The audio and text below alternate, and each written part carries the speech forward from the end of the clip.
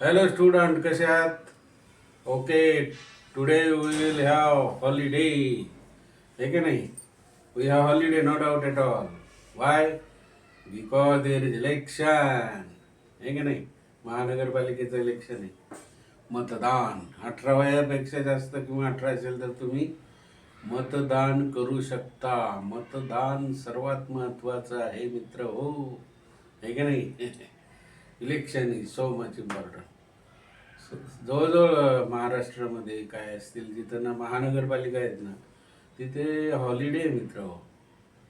Where ever महानगरपालिका is there will be the holiday. आहे का नाही? स्कूल असेल, ज्युनियर कॉलेज असेल, कॉलेज असेल, आहे की नाही? इथं तर डीमार्टला पण सुट्टी दिली, कारण डीमार्टमध्ये जवळजवळ किती वोटर्स आहे, 400 ते 500 वोटर्स आहे. म्हणून मतदान व्हावं म्हणून त्यांनी ते शाळेसाठी हॉलिडेज आहेत. आणि डीमार्ट, काही मोठमोठ्या संस्था आहेत तिथे जिथे जास्त लोक आहेत त्यांना सुट्टी दिलेली आहे, कॉलेजला सुट्टी दिलेली आहे, कारण today is a more important day. So we study, but because annual examination, board examination coming nearer and nearer, that is the 20th of February, I think timetable मिळालेलं आहे तुम्हाला. आज आपण सायन्सचं बघूया, विज्ञान, आणि याच्यातले बरेचसे रिझन, कारणं द्या, आन्सर द फॉलोइंग क्वेश्चन्स, किंवा write the structural formula, write the molecular formula. Molecular formula you can easily write, सहजासहजी लिहू शकता. समजा calcium oxide, molecular formula CaO. कॅल्शियमची +2 व्हॅलेन्सी आणि ऑक्सिजनची -2, म्हणून त्याचा मॉलिक्युलर फॉर्म्युला काय झाला? CaO. Magnesium oxide MgO. मॅग्नेशियमची +2 आहे आणि ऑक्सिजनची -2, म्हणजे MgO फॉर्म्युला झाला. मॅग्नेशियम ऑक्साईड, पांढरी पूड, व्हाईट ॲश, नाही का? मॅग्नेशियम आणि ऑक्सिजन केमिकल रिॲक्शन झाली तर तुम्हाला व्हाईट पावडर मिळते, त्याला मॅग्नेशियम ऑक्साईड म्हणतात. ही परीक्षेला येते बरं का मित्र. चुन्याची निवळी काय येते? कॅल्शियम आणि कंसामध्ये OH2, कॅल्शियम हायड्रॉक्साईड. आणि कॅल्शियम हायड्रॉक्साईडमध्ये काय पास केला तर? CO2 पास केला तर. आपण आपल्या तोंडात पण उत्सवाटे CO2 जातो बरं का. असं जर कॅल्शियम हायड्रॉक्साईडमध्ये असं फुंकलं तर चुन्याची निवळी दुधी होते, milky. It turns into the milky white. असे प्रश्न परत परत करायचे मित्र हो, तुम्हाला सोपा जाईल पेपर. सायन्सच्या तर खूप रासायनिक अभिक्रिया करत राहायच्या. आणि फर्स्टचे पण आपण देणार आहोत. जे डबल आलंय ते घेतलेलं नाही मित्र, पण थोडं थोडं काही डबल घेतलंय. What is the colour change in the lime water? बघा, लाईम वॉटर आलं परत, कॅल्शियम हायड्रॉक्साईड. मग काय कलर होतो? टर्न्स इन टू मिल्की, दुधाळ रंग येतो. हे बोर्डातले प्रश्न आहे. Turns into milky. Write the use of acetic acid. आता यूज ऑफ ॲसिटिक ॲसिडचा उपयोग किचनमध्येच केला जातो मित्र हो. आणि मग ॲसिटिक ॲसिड काय उपयोग आहे, काय बनवलं जातं? फार महत्वाचं हे ते मित्र हो, व्हिनेगार. बनवलं जातं फॉर मेकिंग व्हिनेगार और एस्टर. म्हणजे तुम्हाला पाव बटर बनवायचे असेल तर हे एस्टर व्हिनेगार महत्वाचं आहे. आणि ते कशापासून बनवतात? Acetic acid. What is the formula, molecular formula of acetic acid? CH3COOH. CH3COOH. Sodium acetate CH3COONA. Sodium लावायचा फक्त, आहे की नाही? Acetate ion CH3COO. म्हणजे असं थोडं थोडं हे पण सांगितलं जाईल. तुम्ही पण लिहून घेत चला. आणि क्वेश्चन पेपरचं पण दिलं जाईल. For making vinegar for the ester. What are the factors affecting the rate of chemical reactions? अत्यंत महत्वाचा प्रश्न आहे. प्रत्येक 12वीला पण आलेला होता मित्र, 11वीला तर आहेच आहे, 9वी 10वीला तर 100%. आणि व्हॉट आर द फॅक्टर्स, बघा, what are the factors affecting the rate of chemical reaction.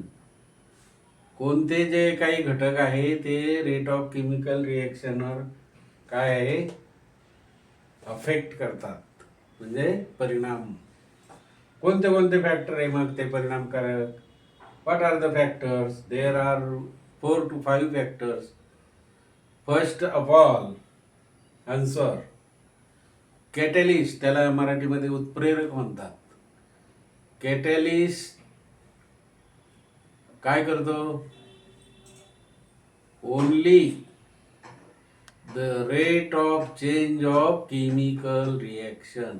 Chemical रिएक्शनचा फक्त वेग वाढवतो किंवा कमी करतो. प्रत्यक्षात catalyst never take part in the chemical reaction. रासायनिक अभिक्रियेमध्ये उत्प्रेरक भाग घेत नाही. In the chemical reaction catalyst never take part in, बरोबर, नेव्हर टेक पार्ट, हा भाग घेऊ शकत नाही. मग तो काय कॅटॅलिस्ट. दुसरा आहे टेम्परेचर ऑफ द रिएक्शन. हा पण एक मोठा फॅक्टर्स आहे, तो केमिकल रिएक्शनवर परिणाम करतो. टेम्परेचर काय आहे? Temperature of the reaction. नंतर हे जे नेचर आहे, nature of the reaction, reactants. Nature of the reactant म्हणजे ते डावी बाजू आणि उजवी बाजू. डाव्या बाजूला काय असतात? लेफ्ट हँड साईडला रिएक्टंट असतात आणि राईट हँड साईडला उत्पादित म्हणजे प्रॉडक्ट असतात ना. मग रिएक्टंट आणि प्रॉडक्ट. आता हे जे रिएक्शन होते ते पूर्णपणे डिपेंड कशावर करते? रिएक्टंटवर. जसे रिएक्टंट असतील तशा प्रकारे प्रॉडक्ट आपल्याला मिळतील, बरोबर की नाही? म्हणून काय? Depend upon the reactant, nature of the reactant in the reaction, बरोबर. Nature of the reactants in the reaction. आणि नंतर आहे त्या जे रिएक्टंट आहे, जे पार्टिकल आहे, जे सबस्टन्स, जे पदार्थ आहेत.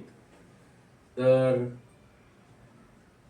चौथा जो महत्वाचा मुद्दा आहे, size of the particle. Size of the particle म्हणजे पदार्थाच्या आकारावरच रेट ऑफ रिएक्टंट डिपेंड आहे आणि मग ते प्रोडक्शन आपल्याला मिळतं, म्हणजे साईज ऑफ द पार्टिकल. आणि पाचवा सर्वात महत्वाचा म्हणजे कॉन्सन्ट्रेशन. कमी कॉन्सन्ट्रेशन असेल तर rate of reaction goes slowly, but when highly concentration is there the rate of reaction is speedily. मग जर कॉन्सन्ट्रेशन तीव्र असेल तर रेट ऑफ रिएक्शन जोरात होते. रासायनिक अभिक्रिया काय होते? जोरात. परंतु कॉन्सन्ट्रेशन डायल्यूट किंवा कमी प्रमाणात असेल तर मात्र रासायनिक अभिक्रिया कमी वेगामध्ये होत असते. If the dilute is there, acid or whatever reactant, then the rate of reaction will goes on slowly, बरोबर की नाही? म्हणजे ती हळूहळू चालते. Speed of the rate of reaction decreases, whereas the reactants are concentrated, then the speed of the reaction will be goes on increases. म्हणजे rate of reaction म्हणजे रासायनिक अभिक्रियेचा वेग जलद होतो. अशा प्रकारे 3 मार्काचा प्रश्न आहे मित्र. थँक्यू. शेअर करा, लाईक करा आणि सबस्क्राईब करा, म्हणजे तुम्हाला लिंकला येईल. आणि thank you. Have a good day. ज्याप्रमाणे ॲसिड आता तुम्हाला सूत्र देणार आहे, मॉलिक्युलर फॉर्म्युला देणार आहे आणि स्ट्रक्चरल फॉर्म्युला देणार आहे. Okay, bye.